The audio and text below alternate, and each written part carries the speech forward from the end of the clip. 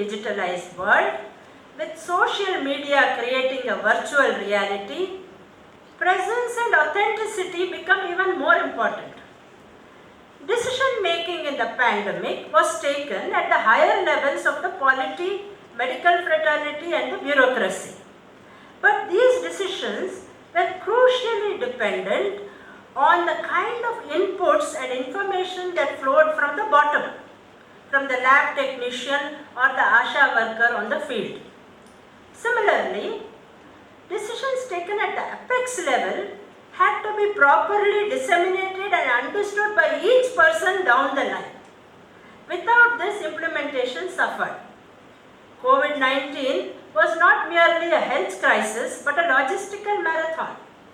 Vast quantities of data, medical and non-medical, were collated, entered, sorted and cleaned and readied for decision makers by tribes of data entry operators and analysts.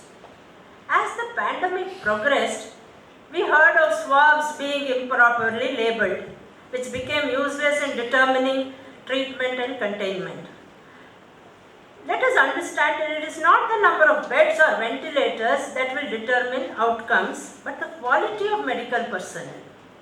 We can procure a bed anytime, but to have a pulmonologist or a nurse who understands respiratory diseases, that cannot be done in a month or even a year. These are long-term investments that highlight the importance of the frontline and the backroom workers and teach us to respect the dignity of labor.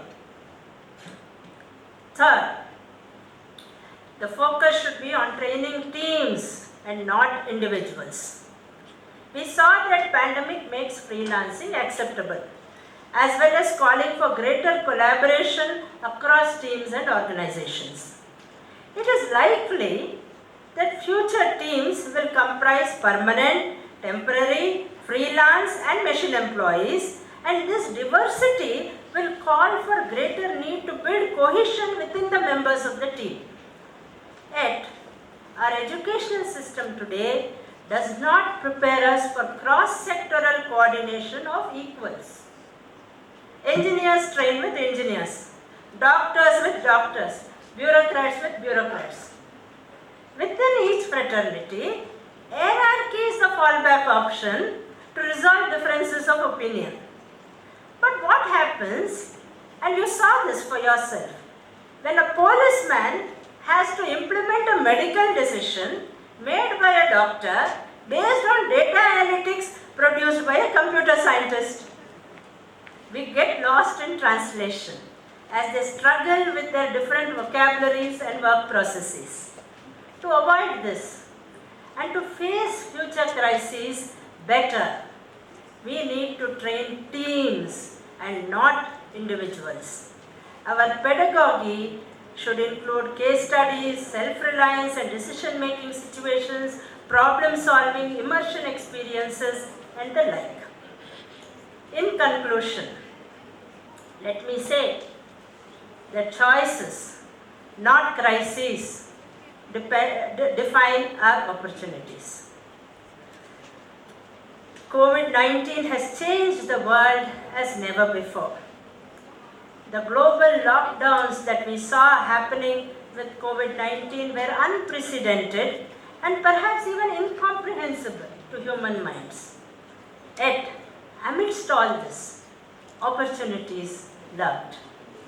It is time for businesses, governments, and individuals like you and I to prepare for the worst, but also prepare ourselves to recognize and utilize these opportunities and keep the faith that we may transform into a newer, stronger, and reinvented India. With this keynote, I wish KRUPADECON 2022 International Conference all success. Jai Hind.